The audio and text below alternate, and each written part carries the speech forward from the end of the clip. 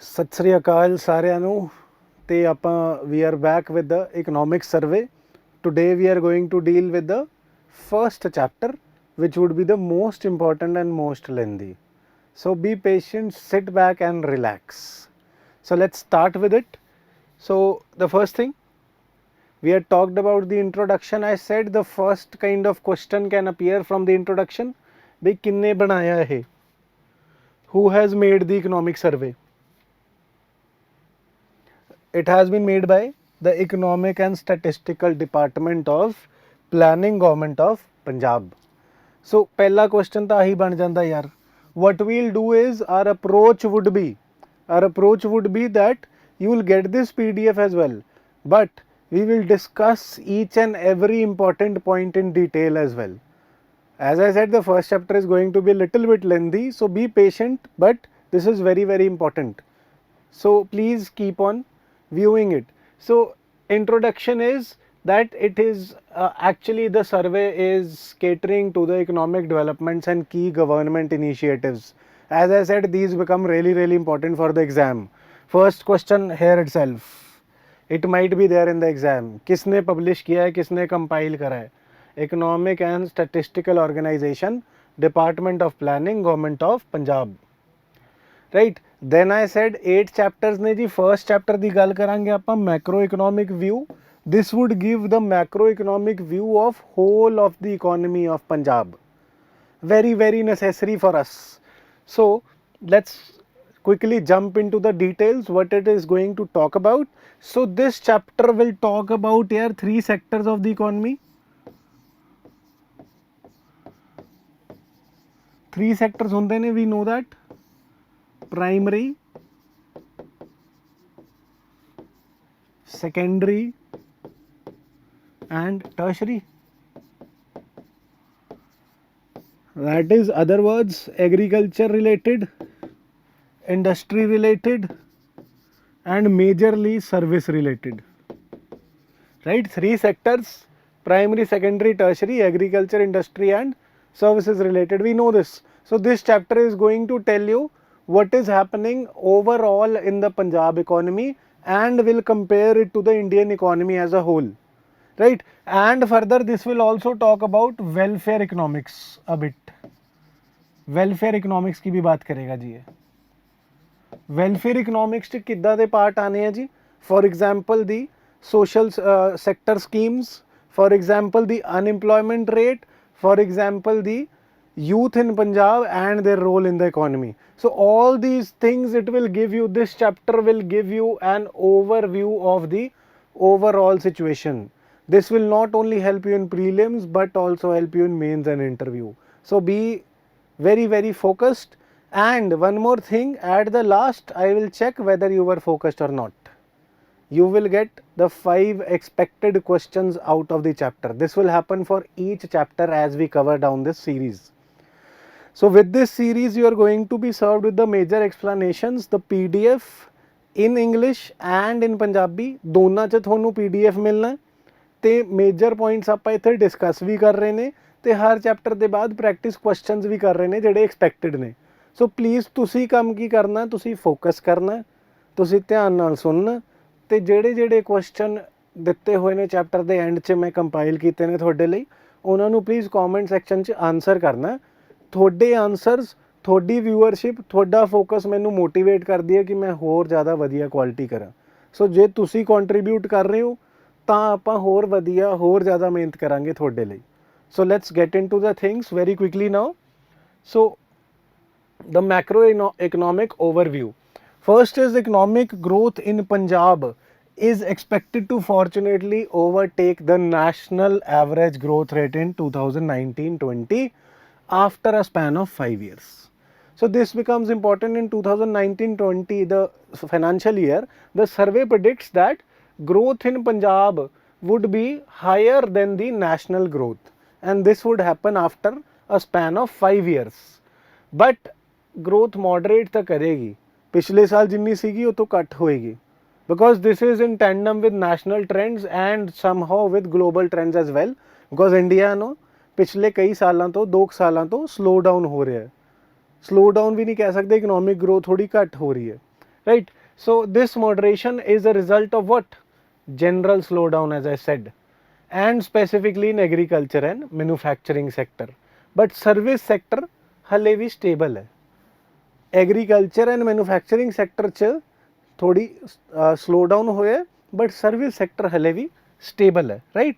So going further जी, agriculture is a source of livelihood for 26% people in Punjab. You will get to know a very good thing that agriculture in Punjab is much better placed economically as compared to many other states and also the national level. So it is a source for 26% people's livelihood, but the sector's share in GSVA or gross state value added.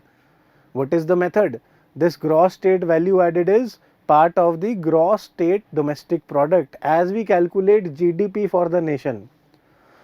Newspaper 'ਚ ਤੁਸੀਂ ਪੜ੍ਹਦੇ ਹੋਣੇ ਵੀ GDP calculate ਕੀਤਾ, ਕੀ ਹੁੰਦਾ GDP? Tell me again in the comment section. GDP is gross domestic product. ਬਈ ਸਾਰੇ India 'ਚ ਇੰਡੀਆ ਦਾ GDP ਕੀ ਹੋਇਆ ਕਿ ਸਾਰੇ ਇੰਡੀਆ 'ਚ ਕਿੰਨੇ ਗੁੱਡਸ ਤੇ ਸਰਵਿਸਿਜ਼ ਬਣੇ ਤੇ ਉਹਨਾਂ ਦੀ ਪ੍ਰਾਈਸ ਵੈਲਿਊ ਕਿੰਨੀ ਹੈ.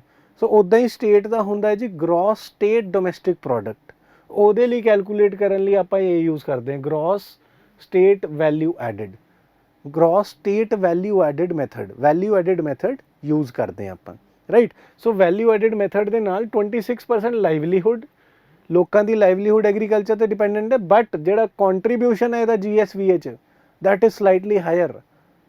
That is actually really contrary to the national trends. national trend 'ਚ ਬਹੁਤ ਜ਼ਿਆਦਾ ਲੋਕੀ ਡਿਪੈਂਡੈਂਟ ਨੇ ਐਗਰੀਕਲਚਰ 'ਤੇ, ਬਟ ਉਹਦਾ GDP 'ਚ contribution gross national value added में contribution is very less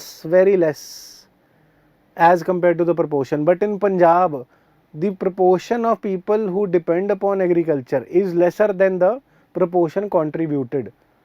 Why is that so? Because there is high level of mechanization in agriculture. Right? So but however the crop cultivation, which was the driver of agricultural growth, is going to moderate now. It is predicted it's going to moderate and it is unlikely to be the source of growth, especially wheat and rice. बहुत ज़्यादा growth होगी सी wheat and rice करके growth हो रही है. ਤੁਹਾਨੂੰ ਪਤਾ ਹੈ farmer families से you know ਬਈ ਆਪਾਂ ਝੋਨਾ ਹੀ ਲਾਣੇ ज़्यादातर because of MSP ਤੇ ਵਿਕਦਾ. ਸੋ ਉਹਦੇ ਕਰਕੇ ਬਹੁਤ ਜ਼ਿਆਦਾ ਗਰੋਥ ਸੀਗੀ, ਬਟ ਹੁਣ ਇਹ ਕਹਿ ਰਹੇ ਨੇ ਕਿ ਬਈ wheat and rice the growth ਥੋੜ੍ਹੀ ਸਟੇਬਲ ਹੋ ਜਾਏਗੀ, ਘੱਟ ਵੀ ਹੋ ਸਕਦੀ ਹੈ. ਹੁਣ ਕੀ ਕਰੀਏ? ਹੁਣ ਕ੍ਰੌਪ ਹਸਬੈਂਡਰੀ ਕੰਟਰੈਕਟ ਕਰ ਰਹੀ ਹੈ, ਤਾਂ ਕ੍ਰੌਪ ਡਾਇਵਰਸੀਫਿਕੇਸ਼ਨ ਇਸਦਾ ਸੋਲੂਸ਼ਨ ਹੈ. ਮੇਨਸ ਦੇ ਲਈ ਨੋਟ ਕਰ ਲਓ ਯਾਰ, ਕ੍ਰੌਪ ਹਸਬੈਂਡਰੀ ਜਿਹੜੀ ਵੀਟ ਐਂਡ ਰਾਈਸ ਵਾਲੀ ਘੱਟ ਹੋ ਰਹੀ ਹੈ, ਉਹਦਾ ਸੋਲੂਸ਼ਨ ਕੀ ਹੈ? Crop diversification and allied sectors. Allied sectors 'ਚ ਸਭ ਤੋਂ ਵਧੀਆ ਕਿਹੜਾ ਆਪਸ਼ਨ ਹੈ ਜੀ? ਲਾਈਵ ਸਟਾਕ ਪਾਲ ਕੇ ਅੰਡਿਆਂ ਦਾ ਕੰਮ ਕਰ ਰਹੇ ਸੀ, ਦੁੱਧ ਦੇ ਰਹੇ ਹੋ, ਦੁੱਧ ਵੇਚ ਰਹੇ ਹੋ. ਸੋ ਉਹ ਵਾਲੇ ਕੰਮਾਂ ਨੇ ਹੁਣ ਕੰਮ ਆਉਣਾ ਐਗਰੀਕਲਚਰ ਨੂੰ ਗਰੋਥ ਕਰਨ ਲਈ. ਇੰਡਸਟਰੀ ਸੈਕਟਰ ਦਾ 25% GSVA. ਨਾਓ ਇੰਡਸਟਰੀ ਦੀ ਜੇ ਗੱਲ ਕਰੀਏ 25% ਗ੍ਰੋਸ ਸਟੇਟ ਵੈਲਿਊ ਐਡਿਡ 'ਚ ਪਾਰਟ ਹੈਗਾ, ਰਾਈਟ? ਸੋ ਇਹਦਾ it has grown at more than 5% in last 5 years, but 2019-20 'ਚ ਥੋੜਾ ਜਿਹਾ ਸਲੋ ਡਾਊਨ ਹੋ ਜਾਏਗਾ ਅਗੇਨ ਨੈਸ਼ਨਲ ਟ੍ਰੈਂਡ ਨੂੰ ਫੋਲੋ ਕਰਦੇ ਹੋਏ. ਬਟ ਪੰਜਾਬ 'ਚ ਇੱਕ ਚੀਜ਼ ਦੇਖਣ ਵਾਲੀ ਹੈ ਕਿ ਬਈ ਇੰਡਸਟਰੀਜ਼ ਦਾ contribution to GSVA or the gross state value added is lesser than the contribution of agriculture, but maximum contribution follows the national trend. That is, services sector is the leading sector in both economic activity and employment generation. The sector is expected to continue on its high growth path. So as in the nation, similar in Punjab, services sector is the leading sector, right? Please remember this. And all of this has translated into welfare, better welfare outcomes for people, where per capita income in Punjab is 1.24 times the per capita at all India level. So ਆਪਾਂ ਸਾਰੇ ਪੰਜਾਬੀਆਂ ਦੀ per capita income as a state we are considerably richer than many other states. national level ਤੋਂ 1.24 times ਆਪਣੀ income ਹੈ. that is also seen everywhere. We are assumed, we travel anywhere, people assume कि ये पंजाब तो आया है ਤਾਂ ਕਿੱਲਿਆਂ ਦਾ ਮਾਲਿਕ ਹੋਣਾ. So that is true somewhat what the survey says, 1.24 times, right? And further ji, wealth, lowest wealth inequality भी है. wealth inequality की है जी, कोई बहुत ही ज़्यादा गरीब भी नहीं है, मतलब there is somewhat middle class in Punjab as well. ज़्यादा बहुत ज़्यादा गरीब लोग नहीं ने, बहुत ज़्यादा wealth inequality नहीं है. Although there is inequality, there cannot be perfect equality, but comparatively Punjab has lesser wealth inequality, right?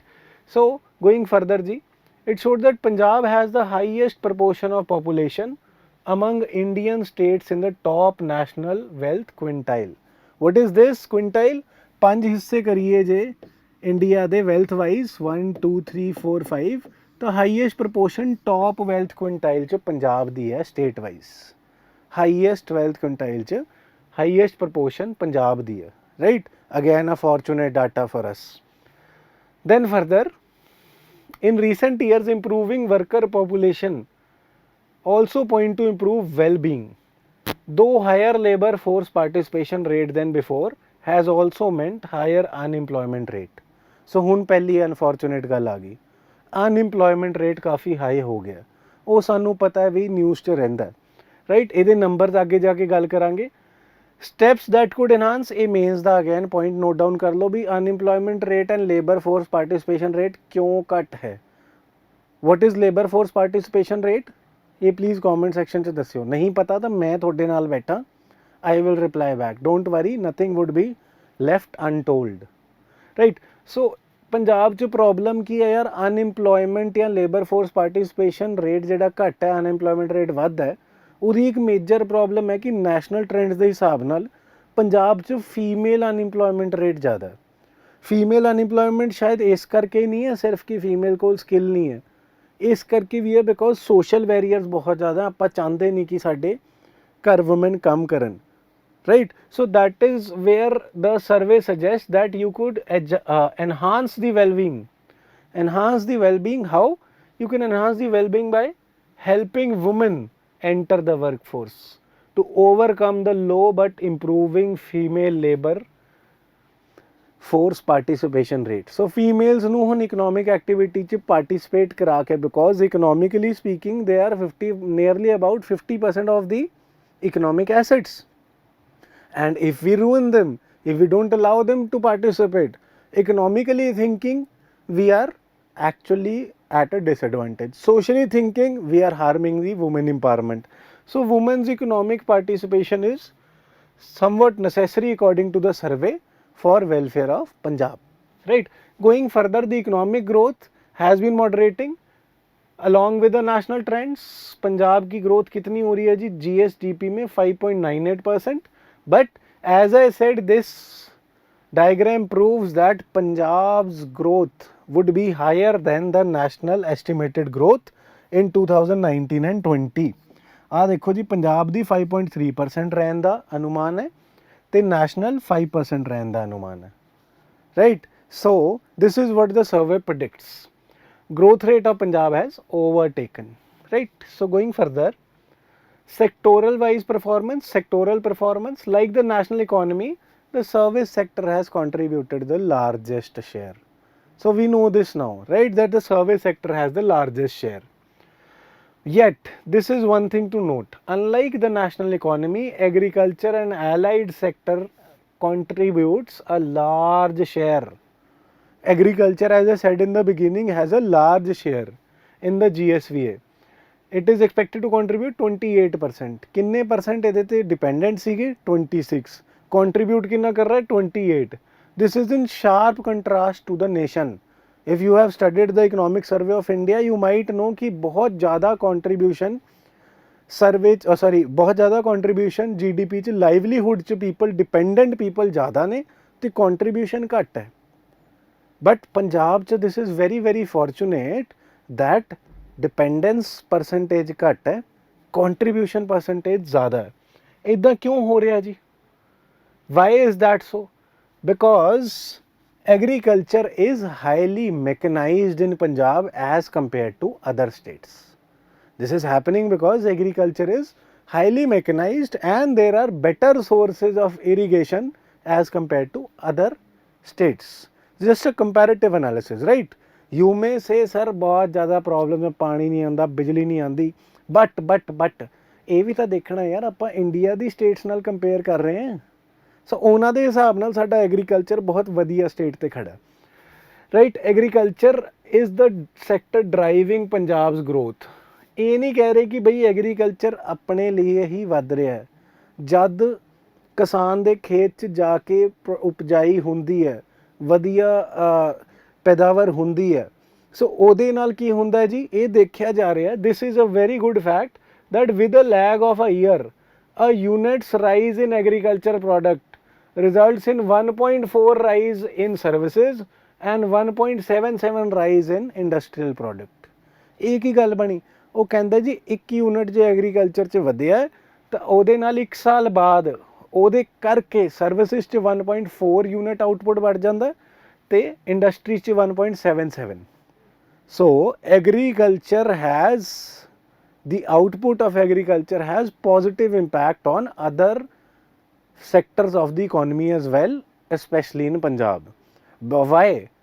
क्यों ਹੁੰਦਾ ਹੈ ਜੀ ਇੱਦਾਂ? ਅੱਗੇ ਐਕਸਪਲੇਨ ਕੀਤਾ ਹੋਇਆ ਕਿਉਂ ਹੁੰਦਾ ਹੈ। ਬਿਕੋਜ਼ ਐਗਰੀਕਲਚਰ ਪ੍ਰੋਡਿਊਸ ਹੋਇਆ, ਸਰਵਿਸਿਜ਼ ਕਿੱਦਾਂ ਵਧੀ?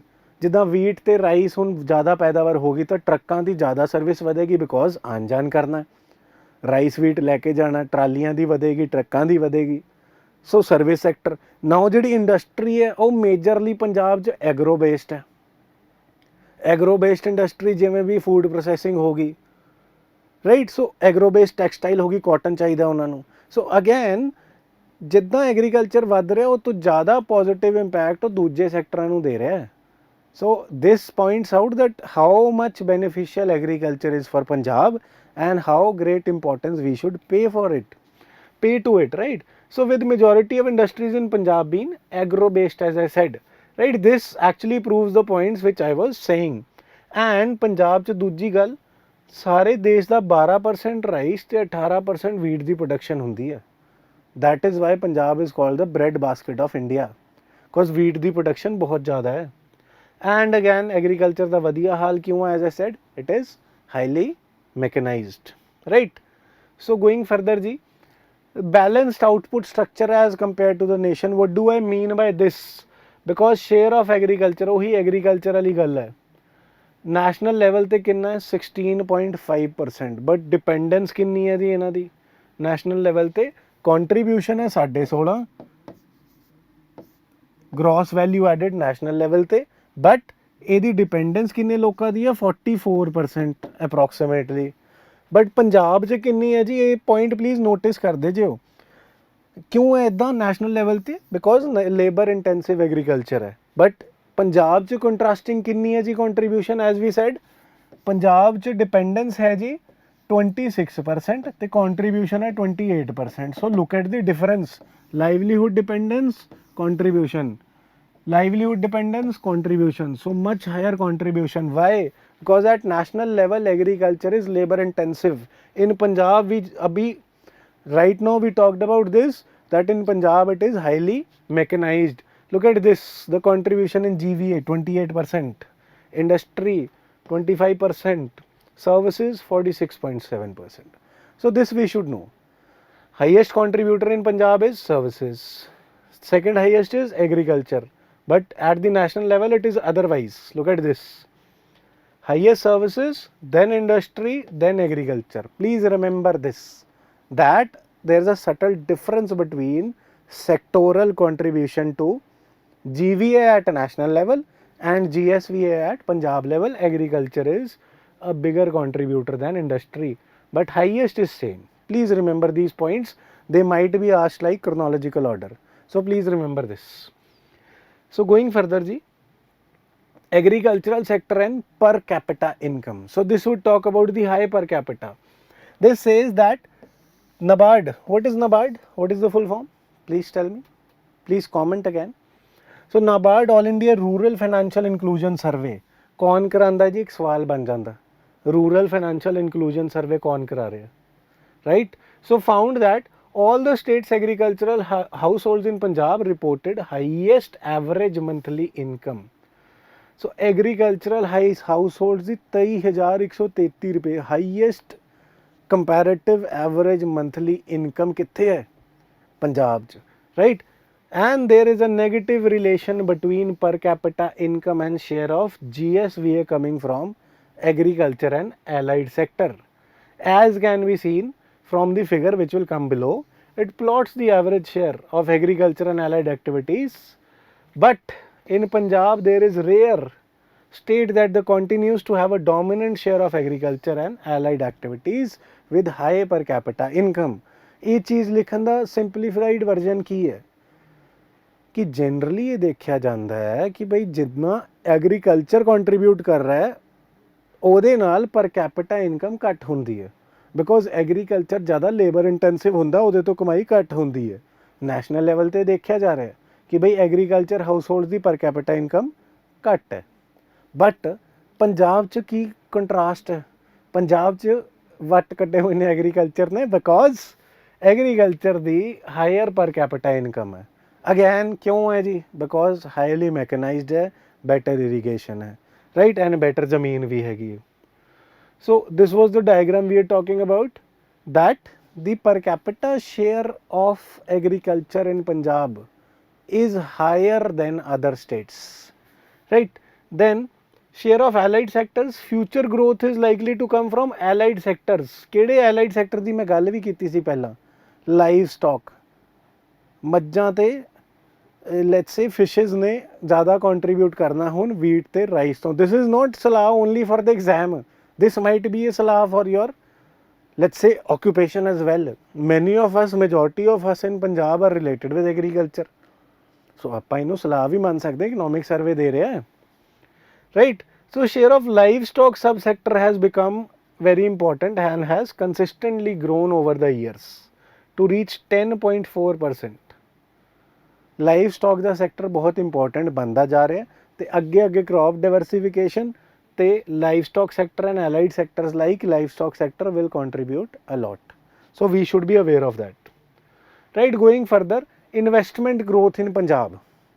So investment growth ਕਿੱਥੇ ਆ ਰਹੀ ਹੈ ਜੀ? Investment enters the GDP from demand side, which in the year which the investment is made, GDP is higher by the extent of investment demand. Demand side ਤੋਂ enter ਕਰਦੀ ਹੈ investment and GDP hire ਹੋ ਜਾਂਦਾ ਉਹਦੇ ਕਰਕੇ.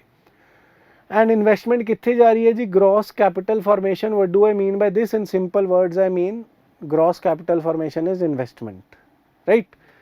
ਸੋ was 13.12% of GSDP in comparison to all India's 29.5%. Here there is a concern. Gross capital formation to GSDP. ਜੇ domestic product state ਦਾ 100 ਰੁਪਏ ਹੈ ਤਾਂ ਕਿੰਨੀ ਹੈ ਜੀ ਆਪਣੀ ਇਨਵੈਸਟਮੈਂਟ ਪੰਜਾਬ 'ਚ? 13.12. ਜੇ ਆਲ ਇੰਡੀਆ 100 ਰੁਪਏ ਹੈ ਤਾਂ ਕਿੰਨੀ ਹੈ? 29.5. ਸੋ ਦਿਸ ਇਜ਼ ਅ ਪ੍ਰੋਬਲਮ ਕਿ ਇਨਵੈਸਟਮੈਂਟ ਯਾਰ ਗ੍ਰੋਸ ਕੈਪੀਟਲ ਫਾਰਮੇਸ਼ਨ ਜਾਂ ਇਨਵੈਸਟਮੈਂਟ ਘੱਟ ਹੋ ਰਹੀ ਹੈ ਇੰਡੀਆ 'ਚ, right?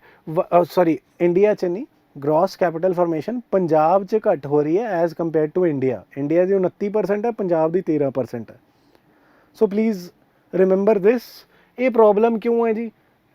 that these the industry sector has the highest GSVA and industry sector comparatively ਆਪਣਾ ਐਗਰੀਕਲਚਰਲ ਜ਼ਿਆਦਾ ਵਧੀਆ ਸੀਗਾ.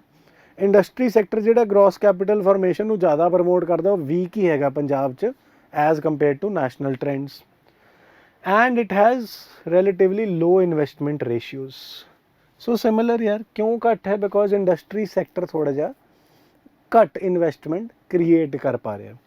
ਸੋ ਗੋਇੰਗ ਫਰਦਰ ਇੰਡਸਟਰੀ ਦੇ ਵਿੱਚ ਵੜ ਕੇ ਦੇਖਦੇ, ਡਰਿਵਨ ਬਾਈ ਦਾ ਮੈਨੂਫੈਕਚਰਿੰਗ ਸਬ ਸੈਕਟਰ ਵਿਚ is the highest contributor in industry sector. We should know this chronology. Manufacturing sector, right? The industrial sector has been witnessing moderation in growth. That is why investment ਘੱਟ ਹੋ ਰਹੀ ਹੈ. ਸਭ ਤੋਂ ਜ਼ਿਆਦਾ ਕਿੱਥੇ ਹੈ ਜੀ? Largest manufacturing, we know this, Ludhiana. Ludhiana ਵਾਲੇ ਸਾਰਿਆਂ ਨੂੰ ਪਤਾ ਵੀ ਉੱਥੇ ਮੈਨੂਫੈਕਚਰਿੰਗ ਦਾ ਬਹੁਤ ਜ਼ਿਆਦਾ ਕੰਮ ਹੈ. ਤਾਂ ਲਾਰਜੈਸਟ ਮੈਨੂਫੈਕਚਰਿੰਗ ਹਬ ਯਾਰ ਕਈ ਵਾਰੀ PCS ਨਾ ਫੈਕਚੁਅਲ ਪੁੱਛ ਲੈਂਦਾ. So they may ask you like this, the highest contributor in manufacturing is which among the following? So Ludhiana becomes the answer, right? Then services sector ਦੀ ਜੇ ਗੱਲ ਕਰੀਏ ਜੀ, Apart from financial services, all other services have grown at 6% since 2012 and 13. 6% ਤੇ grow ਕਰੀ ਜਾ ਰਿਹਾ, consistent growth ਹੈ, right? Punjab has further potential to boost services sector, especially where tourism. Can you guess? If you have not read it, hopefully I hope so. So ਸਭ ਤੋਂ ਜ਼ਿਆਦਾ tourist Punjab 'ਚ ਕਿੱਥੇ ਆਉਂਦੇ ਹੋਣੇ? ਅੰਮ੍ਰਿਤਸਰ ਯਾਰ, ਆਹ ਦੇਖੋ, that majority of the tourists within and from within and outside India, more than 50% arrive in Amritsar. ਬਈ ਅੰਮ੍ਰਿਤਸਰ 'ਚ ਕਿਉਂ ਆਉਂਦੇ? ਬਿਕੋਜ਼ ਉੱਥੇ ਇੱਕ ਇੰਟਰਨੈਸ਼ਨਲ ਲੈਵਲ ਦਾ, ਨੈਸ਼ਨਲ ਲੈਵਲ ਦਾ ਬਾਬਾ ਜੀ ਦਾ ਗੋਲਡਨ ਟੈਂਪਲ ਹੈਗਾ. So people come to visit that. Heritage tourism ਵੀ ਹੈਗਾ, ਰੂਰਲ ਟੂਰਿਜ਼ਮ ਵੀ ਹੈਗਾ. ਸੋ ਮੈਜੋਰਿਟੀ ਡੈਸਟੀਨੇਸ਼ਨ ਕਿਹੜੀ ਹੈ ਯਾਰ? ਪਲੀਜ਼ ਰਿਮੈਂਬਰ, ਫੈਕਚੁਅਲ ਸਵਾਲ ਨਾ ਆ ਜੇ. ਜ਼ਿਆਦਾਤਰ tourist more than about 50% go to Amritsar, right? And medical tourism ਦਾ ਕਿੱਥੇ ਹੱਬ ਬਣ ਰਿਹਾ ਜੀ ਪੰਜਾਬ 'ਚ? ਜਲੰਧਰ. ਬਾਹਰਲੇ ਲੋਕ ਵੀ ਆ ਰਹੇ ਨੇ, ਦੂਜੀ ਸਟੇਟਸ ਦੇ ਲੋਕ ਵੀ ਆ ਰਹੇ ਨੇ, ਜਲੰਧਰ ਜਾ ਕੇ ਇਲਾਜ ਕਰਾ ਰਹੇ ਨੇ, especially the world famous Indian NRIs or NRIs, non-resident Indians. So now going to this chart as well, that in services we should know trade, repair, hotels and restaurants has the maximum share. बस इन्ना बहुत है, बाकी तुसी पढ़ लियो, but इन्ना पता होना चाहिए maximum share किधर है. That's it, right? Going further, economic growth and individual welfare. We are now on to welfare, right? Welfare 'ਚ ਕੀ ਹੋ ਰਿਹਾ ਜੀ? SDG indicator. What is SDG? Sustainable development goals. ਕਦ ਤੱਕ ਆਪਾਂ ਅਚੀਵ ਕਰਨੇ SDGs? Please comment in the comment section. MDG and SDG ਕਦ ਤੱਕ ਅਚੀਵ ਕਰਨੇ ਸੀ? Please let me know. So on average the per capita GSDP in Punjab is estimated to be how much? 1,85,282. सो लगभग 1,85,000 रुपये पर capita income है annually. And growth rate कितना जी? 7.63. This implies an average monthly income how much? About 15,000. देखो 15,440 है, 450 है, किसी ने नहीं पूछना. बस ये पता होना चाहिए भी 15,000 है. 25 लाख नहीं है, 1 लाख नहीं है, 2,000 नहीं है, 15,000 के आसपास है per capita monthly GSDP. In per capita income terms जी, which is ratio of net state domestic product and population. ਜਦ ਨੈਟ ਸਟੇਟ ਡੋਮੈਸਟਿਕ ਪ੍ਰੋਡਕਟ ਨੂੰ ਆਪਾਂ ਪਾਪੂਲੇਸ਼ਨ ਨਾਲ ਡਿਵਾਈਡ ਕਰਦੇ ਹਾਂ ਤਾਂ ਕੀ ਨਿਕਲਦਾ? Per capita income. We know this. If you don't know please again ask your doubts in the comment section. So per capita income ਕਿੰਨੀ ਹੈ ਜੀ ਆਪਣੀ? 1,66,000. 1,66,000, that is 1.24 times the national level. Please for me calculate the national income then, national per capita income. If this is 1.24 times, he said the practice kar lo naal. This is 1.24 times the, let's say, national per capita income, or assume it to be X. So hun national per capita income तुसी मेरे लिए calculate कर दो. Then intra-state trends की हैं जी? केड़े district अपने अमीर ने? रूपनगर, SAS नगर या मोहाली ਜਿਹੜਾ ਆਪਾਂ ਕਹਿੰਦੇ ਆ, ਤੇ Ludhiana R the leading districts in terms of ਪਰ ਕੈਪੀਟਾ ਇਨਕਮ. ਅਗੇਨ ਯਾਰ ਮੈਂ ਨਹੀਂ ਡਿਸਕ੍ਰਿਮੀਨੇਟ ਕਰ ਰਿਹਾ, ਤੁਸੀਂ ਕਹੋ ਜੀ ਤੁਸੀਂ ਫੇਵਰ ਕਰ ਰਹੇ ਹੋ ਨਾ ਜੀ, ਨਾ ਕਿ ਇੱਕ ਸਰਵੇ ਕਹਿ ਰਿਹਾ. ਸੋ ਸਭ ਤੋਂ ਜ਼ਿਆਦਾ ਪਰ ਕੈਪੀਟਾ ਇਨਕਮ ਰੂਪਨਗਰ, ਮੋਹਾਲੀ ਤੇ ਲੁਧਿਆਣਾ ਦੀ ਹੈ. ਕਈ ਵਾਰੀ ਆ ਜਾਂਦਾ ਕਰਨੋਲੋਜੀ. ਤੇ ਸਭ ਤੋਂ ਘੱਟ ਅਕੋਰਡਿੰਗ ਟੂ ਸਰਵੇ ਕਿਹੜੀ ਹੈ ਜੀ? ਗੁਰਦਾਸਪੁਰ ਤੇ Tarn Taran districts the. Y? Because ਇਹਨਾਂ ਨੇ ਕਿਹਾ ਕਿ ਬਈ ਇੱਧਰ ਇਹ ਨਹੀਂ ਵੀ ਲੋਕ ਕਿੱਦਾਂ ਦੇ ਨੇ ਆਏ ਹੋ ਨਹੀਂ ਜੀ, ਨਹੀਂ. ਕਾਰਨ ਇਹਨਾਂ ਨੇ ਕਿਹਾ ਬਾਰਡਰ ਤੇ ਟੈਂਸ਼ਨ ਕਰਕੇ ਤੇ restriction on economic activities, security reasons ਕਰਕੇ ਵੀ ਗੁਰਦਾਸਪੁਰ ਤੇ ਤਰਨਤਾਰਨ ਦੀ ਪਰ ਕੈਪੀਟਾ ਇਨਕਮ ਥੋੜੀ ਜਿਹੀ ਘੱਟ ਹੈ. And now what we can do? We can focus on these areas, right? So this is what the survey helps us in doing, pinpointing where the problem lies, pinpointing where we can go for better solutions, right? Talking about inequality, Punjab does relatively well. ਆਪਾਂ ਪਹਿਲਾਂ ਵੀ ਗੱਲ ਕੀਤੀ ਹੈ ਕਿ ਬਈ ਇਨਇਕੁਐਲਿਟੀ ਦੇ sector 'ਚ Punjab economically ਵਧੀਆ ਕਰਦਾ. ਨੈਸ਼ਨਲ ਫੈਮਿਲੀ ਹੈਲਥ ਸਰਵੇ ਵੀ ਆਹੀ ਕਹਿੰਦਾ ਕਿ ਓਨਰਸ਼ਿਪ ਆਫ ਕੰਜ਼ਿਊਮਰ ਗੁੱਡ ਦੇ ਹਿਸਾਬ ਨਾਲ ਜੇ ਦੇਖੀਏ ਤਾਂ Punjab has highest proportion of population and highest wealth quintiles. ਸੋ ਜ਼ਿਆਦਾ ਲੋਕੀ ਅਮੀਰ ਨੇ ਪੰਜਾਬ 'ਚ ਤੇ ਇਨਇਕੁਐਲਿਟੀ ਥੋੜ੍ਹੀ ਜਿਹੀ ਘੱਟ ਹੈ. ਬਟ ਇੱਕ ਪ੍ਰੋਬਲਮ ਏਰੀਆ ਕਿਹੜਾ ਸੀਗਾ? ਉਹ ਆਏਗਾ ਅੱਗੇ ਜਾ ਕੇ ਕਿ ਯਾਰ ਫੀਮੇਲਸ ਦੇ ਨਾਲ ਜੇ ਆਪਾਂ ਦੇਖੀਏ ਤੇ ਫੀਮੇਲਸ ਦੇ ਨਾਲ ਇਨਇਕੁਐਲਿਟੀ ਜ਼ਿਆਦਾ, ਫੀਮੇਲ ਲੇਬਰ ਫੋਰਸ ਪਾਰਟਿਸਿਪੇਸ਼ਨ ਘੱਟ ਹੈ। ਉਹ ਅੱਗੇ ਜਾ ਕੇ ਕਰਦੇ ਹਾਂ ਥੋੜ੍ਹਾ ਡਿਸਕਸ। ਪਹਿਲੇ ਇਸ 'ਚ ਕੀ ਹੈ ਜੀ, analysis of district wise economic activities using GIS। GIS ਕੀ ਹੈ ਜੀ, ਬੇਸਿਕਲੀ ਸੈਟੇਲਾਈਟ ਇਮੇਜਿੰਗ। ਇਸ 'ਚ ਇੱਕ ਕੰਸੈਪਟ ਆਇਆ ਜੋ ਜ਼ਿਆਦਾਤਰ ਇਹ ਸਰਵੇ 'ਚ ਹੈਗਾ ਨਹੀਂ, ਨਾਈਟ ਲਾਈਟਸ ਇੰਟੈਂਸਿਟੀ।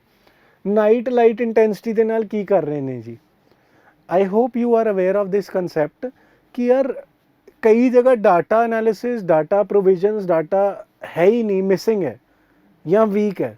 ਸੋ ਉੱਧਰ ਆਪਾਂ ਸਟੱਡੀ ਕਿੱਦਾਂ ਕਰਦੇ ਹਾਂ ਕਿ ਵੀ ਇਕਨੋਮਿਕ ਗਰੋਥ ਹੋ ਰਿਹਾ ਕਿ ਨਹੀਂ। ਇੱਕ ਇਨੋਵੇਟਿਵ ਆਈਡੀਆ ਇਹ UN ਵੀ ਯੂਜ਼ ਕਰਦਾ ਆਪਣੇ SDGs ਨੂੰ ਮੈਜਰ ਕਰਨ ਲਈ, ਇਨਇਕੁਐਲਿਟੀ ਨੂੰ ਦੇਖਣ ਲਈ, ਨਾਈਟ ਲਾਈਟ ਇੰਟੈਂਸਿਟੀ। ਉਹ ਗਾਣਾ ਸੀਗਾ ਜਿਹੜਾ 100 ਵਾਟ ਦਾ ਬਲਬ, ਉਹ ਜਿਹੜਾ ਜਲਦਾ ਹੈ, ਕਿਉਂ ਜਲਦਾ ਉਹ? ਬਿਕੋਜ਼ ਉੱਥੇ ਇਕਨੋਮਿਕ ਐਕਟੀਵਿਟੀ ਹੈ ਨਾ। ਤੇ ਇਹ ਮੈਜਰ ਕੀ ਕਰਨਾ ਚਾਹੁੰਦਾ ਲਾਈਟ ਨਾਈਟ ਇੰਟੈਂਸਿਟੀ ਨਾਲ? ਕੰਸੈਪਟ ਕੀ ਹੈ, ਦੈਟ ਜਿੱਥੇ ਜਿੱਥੇ ਲਾਈਟ ਜਲਦੀ ਹੈ ਰਾਤੀ, ਉੱਥੇ ਉੱਥੇ ਦੇਖਿਆ ਗਿਆ ਹੈ ਕਿ ਇਕਨੋਮਿਕ ਐਕਟੀਵਿਟੀ ਵਧੀਆ ਹੁੰਦੀ ਹੈ। ਜਿਹੜਾ ਕੰਮ ਕਰ ਰਿਹਾ ਉਹ ਰਾਤ ਨੂੰ ਲਾਈਟ ਬਾਲ ਕੇ ਕੰਮ ਕਰੂਗਾ। ਜਿਹੜਾ ਆਪਣੀ ਫੈਕਟਰੀ 'ਚ ਕੰਮ ਕਰ ਰਿਹਾ ਹੈ, ਜਿਹੜਾ ਆਪਣੇ ਖੇਤ 'ਚ ਵੀ ਕੰਮ ਕਰ ਰਿਹਾ, ਕਈ ਲੋਕ ਰਾਤੀ ਵੀ ਕਰਦੇ ਨੇ, ਰਾਈਟ। ਤਾਂ ਉਹ ਲਾਈਟ ਬਾਲ ਕੇ ਕਰਦਾ। ਤਾਂ ਉਹ ਦੇਖਿਆ ਗਿਆ ਵੀ ਜਿੱਥੇ ਜਿੱਥੇ ਨਾਈਟ ਲਾਈਟ ਇੰਟੈਂਸਿਟੀ ਜ਼ਿਆਦਾ ਹੁੰਦੀ, ਜਿੱਥੇ 100 ਵਾਟ ਦੇ ਬਲਬ ਜ਼ਿਆਦਾ ਹੁੰਦੇ, ਉੱਥੇ ਇਕਨੋਮਿਕ ਐਕਟੀਵਿਟੀ ਵੀ ਜ਼ਿਆਦਾ ਹੁੰਦੀ ਹੈ, ਵੱਧ ਹੁੰਦੀ ਹੈ, ਰਾਈਟ। ਸੋ ਇੱਕ ਮੈਜਰ ਹੈਗਾ ਨਾਈਟ ਲਾਈਟ ਇੰਟੈਂਸਿਟੀ, ਜਿਹਦੇ ਨਾਲ ਉਹ ਇਕਨੋਮਿਕ ਗਰੋਥ ਤੇ ਇਨਇਕੁਐਲਿਟੀ ਦੇਖ ਲੈਂਦੇ ਨੇ, right. So but this has a certain problem in Punjab. ਕੀ ਪ੍ਰੋਬਲਮ ਹੈ? ਕਈ ਵਾਰੀ ਉਹ ਸੈਟੇਲਾਈਟ ਇਮੇਜਿੰਗ ਤੋਂ ਨਾ ਸਟਬਲ ਬਰਨਿੰਗ, ਜਿਹੜੀ ਰਾਤ ਨੂੰ ਆਪਾਂ ਜਾ ਕੇ ਆਪਣੇ ਤੂੜੀ ਨੂੰ ਅੱਗ ਲਾ ਦਿੰਦੇ, ਸਟਬਲ ਨੂੰ ਅੱਗ ਲਾ ਦਿੰਦੇ, ਭੂਸੇ ਨੂੰ ਅੱਗ ਲਾ ਦਿੰਦੇ, ਉਹ ਵੀ ਤਾਂ ਲਾਈਟ ਨਜ਼ਰ ਆਉਂਦੀ ਹੈ। ਸੈਟੇਲਾਈਟ ਕਈ ਵਾਰੀ ਉਹਨੂੰ 100 ਵਾਟ ਦਾ ਬਲਬ ਸਮਝ ਲੈਂਦੀ ਹੈ, ਰਾਈਟ। ਸੋ ਉਹਦੇ ਕਰਕੇ ਵੀ ਕਈ ਵਾਰੀ ਮਿਸਮੈਚ ਹੋ ਜਾਂਦਾ। But you should know the concept that with night light intensity they are trying to measure economic growth as well as the inequality in economy, right? So ਇਹ ਵਾਲਾ concept ਇਹਨਾਂ ਨੇ use ਕੀਤਾ।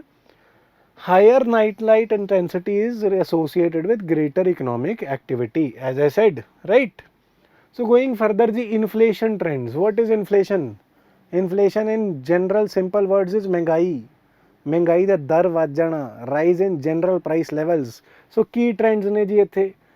RBI ਦੇ target ਦੇ ਵਿੱਚ fluctuate ਕਰੀ ਜਾ ਰਹੇ ਨੇ, ਔਰ ਕਿੱਥੇ ਇਨਕਰੀਜ਼ ਹੋ ਰਿਹਾ? ਜਿੱਦਾਂ ਨੈਸ਼ਨਲ ਲੈਵਲ 'ਚ food inflation. So nothing to worry about, because this is common knowledge for all of us ਕਿ ਫੂਡ ਇਨਫਲੇਸ਼ਨ ਕਰਕੇ ਹੀ ਸੇਮ ਜੀ ਗੱਲ ਹੈ, ਨੈਸ਼ਨਲ ਲੈਵਲ 'ਤੇ ਵੀ ਅਤੇ ਪੰਜਾਬ 'ਚ ਵੀ ਇਨਫਲੇਸ਼ਨ ਵੱਧਦਾ ਜਾਂਦਾ ਹੈ। And contrary to popular belief, mild level inflations are considered good for the economy. ਮੇਰੇ ਖਿਆਲ ਇਹ ਤੁਸੀਂ ਜਿਹੜੀ ਇਕਨੋਮਿਕਸ ਦੀ ਕਨਸੈਪਚੁਅਲ ਕਲਾਸਿਸ ਜਾਂ ਤਾਂ ਲੈ ਰਹੇ ਹੋ ਜਾਂ ਲੈ ਚੁੱਕੇ ਹੋ, ਉਹਨਾਂ ਤੋਂ ਤੁਹਾਨੂੰ ਪਤਾ ਹੋਣਾ ਬਈ ਕੁਛ ਲੈਵਲ ਤੱਕ ਇਨਫਲੇਸ਼ਨ ਕਿਉਂ ਇਕੋਨਮੀ ਦੇ ਲਈ ਵਧੀਆ ਮੰਨੀ ਜਾਂਦੀ ਹੈ। ਜੇ ਨਹੀਂ ਪਤਾ ਤਾਂ ਕਮੈਂਟ 'ਚ ਡਾਊਟ ਦੱਸ ਦਿਓ, ਜੇ ਪਤਾ ਹੈ ਤਾਂ ਆਨਸਰ ਦੱਸ ਦਿਓ ਯਾਰ, right. Please keep on contributing, ਨਹੀਂ ਤਾਂ ਫਿਰ ਸਵਾਦ ਨਹੀਂ ਆਉਣਾ ਵੀਡੀਓ ਦਾ, ਰਾਈਟ। ਸੋ ਗੋਇੰਗ ਫਰਦਰ, ਦੀ ਰੂਰਲ ਇਨਫਲੇਸ਼ਨ ਇਨ ਪੰਜਾਬ ਐਕਸੀਡਸ ਅਰਬਨ ਇਨਫਲੇਸ਼ਨ। ਮਹਿੰਗਾਈ ਦਾ ਦਰ ਪਿੰਡਾਂ 'ਚ ਜ਼ਿਆਦਾ ਹੈ। ਦਰ ਅਤੇ ਦਰਦ ਦੋਨੋਂ ਹੀ ਪਿੰਡਾਂ 'ਚ ਜ਼ਿਆਦਾ। ਕਿਉਂ ਜੀ ਪਿੰਡਾਂ 'ਚ ਜ਼ਿਆਦਾ ਹੈ? ਕਿਸ ਕਰਕੇ? ਕੀ ਚੀਜ਼ ਮਹਿੰਗੀ ਹੈ ਪਿੰਡਾਂ 'ਚ? ਮੈਨੂੰ ਤਾਂ ਲੱਗਦਾ ਲੋਕਾਂ ਦੇ ਦਿਲ ਪਿੰਡਾਂ 'ਚ ਮਹਿੰਗੇ ਹੋਣੇ ਚਾਹੀਦੇ ਆ। ਬਟ ਇੱਥੇ ਜਿਹੜੀ ਚੀਜ਼ਾਂ ਮਾਰਕ ਕੀਤੀਆਂ ਗਈਆਂ ਯਾਰ, ਇਹ ਚੀਜ਼ਾਂ ਆਪਾਂ ਛੱਡ ਵੀ ਸਕਦੇ ਹਾਂ। Majorly because of paan, tobacco and other intoxicants. all the intoxicants are contributing to rural inflation being higher. ਇਹ ਸੋਚਣ ਵਾਲੀ ਗੱਲ ਹੈ ਯਾਰ, ਤੁਸੀਂ ਸਾਰੇ ਸੋਚ ਕੇ ਦੇਖਿਓ ਪਲੀਜ਼। ਜੇ ਇਹ ਚੀਜ਼ਾਂ ਆਪਾਂ ਬੰਦ ਕਰ ਦਈਏ, ਛੱਡ ਦਈਏ, ਆਪਣੇ ਆਪ ਡਿਮਾਂਡ ਹੀ ਖਤਮ ਕਰ ਦਈਏ, ਤੇ ਸਾਡੇ ਪਿੰਡਾਂ ਦਾ ਕਿੰਨਾ ਉਧਾਰ ਹੋ ਜਾਣਾ, ਰਾਈਟ। ਸੋ ਗੋਇੰਗ ਫਰਦਰ ਜੀ, ਡਰਾਈਵਰਸ ਆਫ ਇਨਫਲੇਸ਼ਨ ਕੀ ਚੀਜ਼ ਨੇ? At the rural level, food beverages and all this data you should know. But food and beverages is the overall largest contributor to inflation. This happens at the national level as well, right? So we should know this. बाकी तुसी study कर लो एक बारी, but at least highest पता होना चाहिए।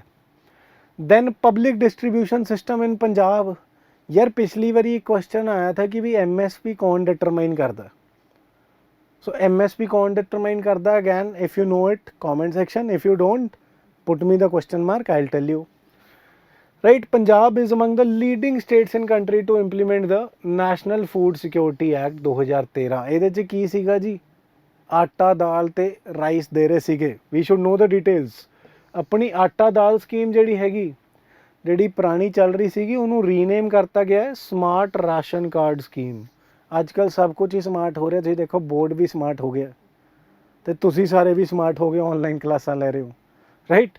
ਸੋ ਆਟਾ ਦਾਲ scheme ਨੂੰ ਰਿਪਲੇਸ ਕਰਕੇ ਕੀ ਨਾਮ ਰੱਖਦਾ ਗਿਆ, ਰੀਨੇਮ ਕਰਦੇ ਗਏ ਸਮਾਰਟ ਰਾਸ਼ਨ ਕਾਰਡ ਸਕੀਮ ਇਨ 2017। ਇਹ 'ਚ ਮਿਲਦਾ ਕੀ ਹੈ ਜੀ, ਪ੍ਰਾਇਓਰਿਟੀ ਹਾਊਸ ਹੋਲਡ ਕੈਟੇਗਰੀ ਨੂੰ 5 ਕਿਲੋ ਵੀਟ ਪਰ ਮੰਥ, ਵੇਰਾਜ ਜਿਹੜੇ ਜ਼ਿਆਦਾ ਗਰੀਬ ਨੇ ਅੰਨਾ ਅੰਤਯੋਦਿਆ ਯੋਜਨਾ, ਉਹਨਾਂ ਨੂੰ 35 kilo 35 kg wheat per month ਪੂਰੀ ਫੈਮਿਲੀ ਨੂੰ, ਰਾਈਟ। 5 kg ਤੇ 35 kg ਨੰਬਰ ਯਾਦ ਰੱਖਿਓ। And 99.27% ration cards have been seeded with Aadhaar numbers. ਕੀ ਫਾਇਦਾ ਹੋਏਗਾ ਜੀ ਆਧਾਰ ਨੰਬਰ ਨਾਲ ਸੀਡ ਕਰਨ ਦਾ? ਫਾਇਦਾ ਇਹ ਹੋਏਗਾ ਕਿ ਬੈਨੀਫਿਸ਼ਰੀਜ਼ ਨੂੰ, ਜਿਨ੍ਹਾਂ ਨੂੰ ਚਾਹੀਦਾ ਹੈ, ਉਹਨਾਂ ਨੂੰ ਇਹ ਵੀਟ ਤੇ ਰਾਈਸ ਮਿਲਣਗੇ। ਜਿਹੜੇ ਅਨਡਿਜ਼ਾਇਰੇਬਲ ਹੈ ਉਹਨਾਂ ਨੂੰ ਆਪਟ ਆਊਟ ਕੀਤਾ ਜਾਏਗਾ। ਜਿਹੜੀ ਕਰਪਸ਼ਨ ਹੋ ਰਹੀ ਸੀ, ਲੀਕੇਜ ਹੋ ਰਹੀ ਸੀ, ਉਹਨੂੰ ਘੱਟ ਕੀਤਾ ਜਾਏਗਾ, ਕੰਟਰੋਲ ਕੀਤਾ ਜਾਏਗਾ, right. That's why they are trying to seed it with Aadhaar numbers. And very good performance, mind you.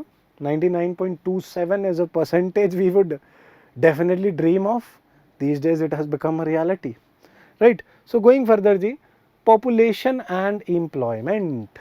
So ਰੋਜ਼ਗਾਰੀ ਤੇ ਜਨਤਾ ਕੀ ਕਹਿੰਦੇ ਨੇ ਜੀ, ਇਹ population growth rates have slowed down in Punjab. population growth rate slow down ਕਰ ਗਿਆ ਹੈ ਤੇ ਵਧੀਆ ਗੱਲ ਹੈ, ਬਿਕੋਜ਼ ਪੋਪੂਲੇਸ਼ਨ ਗਰੋਥ ਜਿੰਨੀ ਵੱਧਦੀ ਜਾਊਗੀ ਉਨਾ ਜ਼ਿਆਦਾ ਰਿਸੋਰਸਿਸ 'ਤੇ ਪ੍ਰੈਸ਼ਰ ਹੁੰਦਾ ਜਾਊਗਾ। ਖਾਸ ਕਰਕੇ ਜਿੱਦਾਂ ਆਪਣਾ ਲੈਂਡ ਬੇਸਡ ਇਕੋਨਮੀ, ਆਪਾਂ ਐਗਰੀਕਲਚਰ ਦੀ ਗੱਲ ਕੀਤੀ, ਕਿੰਨਾ ਜ਼ਰੂਰੀ ਹੈ। ਜੇ ਲੈਂਡ ਓਨਾ ਹੀ ਰਹਿ ਜਾਣਾ ਤੇ ਲੋਕੀ ਵਧੀ ਜਾਣਗੇ ਤਾਂ ਕੀ ਹੋਏਗਾ, ਫਿਰ ਪੱਲੇ ਜੱਟ ਦੇ 7 ਕਨਾਲ ਰਹਿ ਜਾਣੇ ਨੇ। ਫਿਰ ਤੁਸੀਂ ਕੀ ਕਹੋਗੇ? ਫਿਰ ਪ੍ਰੋਬਲਮ ਐਕਚੁਅਲੀ ਉਹ ਨਹੀਂ ਹੈ ਕਿ ਤੁਸੀਂ ਗਰੀਬ ਹੋ ਰਹੇ ਹੋ, ਜਾਂ ਪ੍ਰੋਬਲਮ ਇਹ ਨਹੀਂ ਵੀ ਪੋਪੂਲੇਸ਼ਨ ਵੱਧਦੀ ਜਾ ਰਹੀ ਹੈ, ਬਟ ਪ੍ਰੋਬਲਮ ਇਹ ਹੈ ਕਿ ਬਈ ਕੰਪੀਟੀਸ਼ਨ ਬਹੁਤ ਜ਼ਿਆਦਾ ਵੱਧ ਜਾਣਾ ਤੇ ਉਹਦੇ ਨਾਲ ਇਕਨੋਮਿਕ ਗਰੋਥ, ਬਿਕੋਜ਼ ਰਿਸੋਰਸਿਸ ਘੱਟ ਤੇ ਪੋਪੂਲੇਸ਼ਨ ਵੱਧ, ਉਹਨਾਂ ਦੇ ਡਿਜ਼ਾਇਰਸ ਜ਼ਿਆਦਾ, ਨੀਡਸ ਜ਼ਿਆਦਾ। ਸਾਰਿਆਂ ਨੇ ਰੋਟੀ ਖਾਣੀ ਤੇ ਸਾਰੀ ਜਗ੍ਹਾ ਵੀਟ ਲਾਣੀ ਪੈਣੀ ਹੈ, ਫੋਰੈਸਟ ਸਾਰਾ ਹੀ ਕੱਟ ਦੇਣਾ, ਪਹਿਲਾਂ ਹੀ ਘੱਟ ਹੈ। You know only 5% approximately is forest land.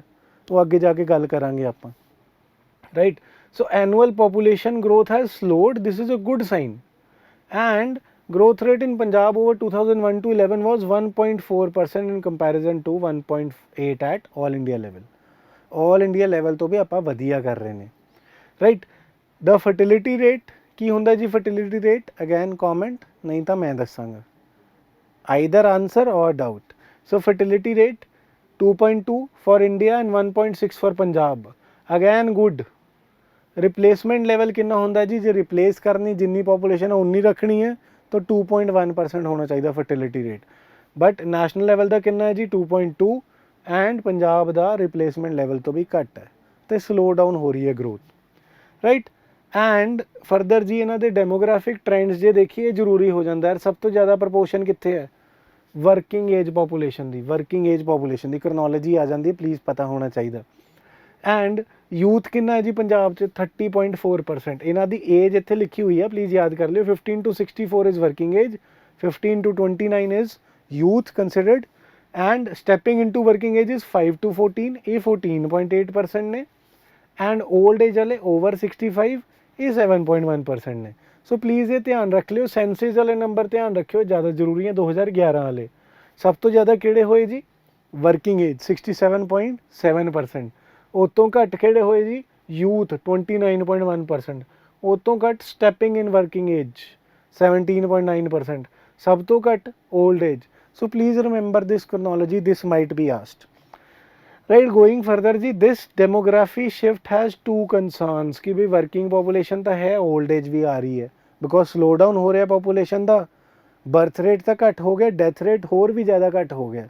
ਸੋ ਉਹਦੇ ਨਾਲ ਕੀ ਹੋਇਆ ਕਿ ਬਜ਼ੁਰਗਾਂ ਦੀ let's say proportion among the population ਵੱਧ ਜਾਣੀ ਹੈ ਤੇ ਉਹਦੇ ਨਾਲ ਕੀ ਹੋਏਗਾ? ਪ੍ਰੈਜ਼ੈਂਸ ਇੱਕ ਤਾਂ ਪਹਿਲਾਂ ਹਾਇਰ ਪੋਪੂਲੇਸ਼ਨ ਇਨ ਓਲਡ ਏਜ ਗਰੁੱਪ। ਕੀ ਹੋਏਗਾ ਫਿਰ? ਓਲਡ ਏਜ ਗਰੁੱਪ ਨੂੰ ਕੀ ਚਾਹੀਦਾ? Health care services. So health and social security services 'ਚ ਇਨਵੈਸਟ ਕਰਨਾ ਪੈਣਾ। ਅਗੇਨ ਮੇਨਸ ਦਾ ਪੁਆਇੰਟ ਫੋਰਡਰ ਪੁਆਇੰਟ ਹੈ, ਤੁਸੀਂ ਇੱਥੋਂ ਚੱਕ ਲਓ ਐਗਜ਼ਾਮ 'ਚ ਸਿੱਟ ਕੇ ਆ ਜਾਓ, ਬਸ ਕੰਮ ਆ ਜਾਣਾ ਇਕਨੋਮਿਕ ਸਰਵੇ ਸਾਈਡ ਤੋਂ, ਬਹੁਤ ਵਧੀਆ ਨੰਬਰ ਆਣੇ। ਤੇ ਇੱਕ ਹੋਰ ਕੀ ਗੱਲ ਹੈ ਜੀ, large working population as we saw, large working age population ਦੇ ਨਾਲ ਕੀ ਹੋਣਾ, because working age population is called demographic dividend, but dividend ਲੈਣ ਲਈ ਤੁਹਾਨੂੰ ਸਕਿੱਲਸ ਤਾਂ ਦੇਣੇ ਪੈਣੇ ਹੈ।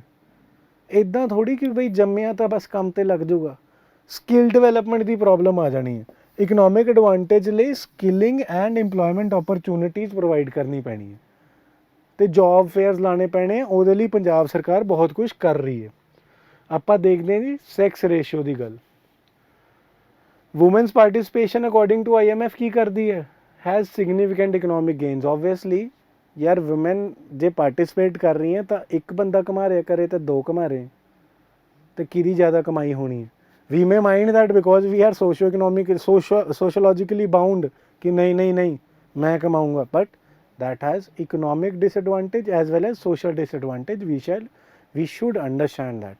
So what does IMF say, International Monetary Fund say, ਜੇ ਵੂਮੈਨ ਨੂੰ ਕਰਾਓਗੇ ਪਾਰਟੀਸਪੇਟ ਤਾਂ ਇਨਕਰੀਜ਼ ਡਾਇਵਰਸਿਟੀ ਹੋ ਜਾਏਗੀ, ਕੁਝ ਕੰਮ ਵੂਮੈਨ ਓਬਵੀਅਸਲੀ ਬਹੁਤ ਵਧੀਆ ਕਰ ਸਕਦੇ ਨੇ, ਤੇ ਡਾਇਵਰਸਿਟੀ ਹੁੰਦੀ ਹੈ ਤਾਂ ਐਟਲੀਸਟ ਸਟੇਬਿਲਿਟੀ ਜ਼ਿਆਦਾ ਬੈਟਰ ਹੋ ਜਾਂਦੀ ਹੈ।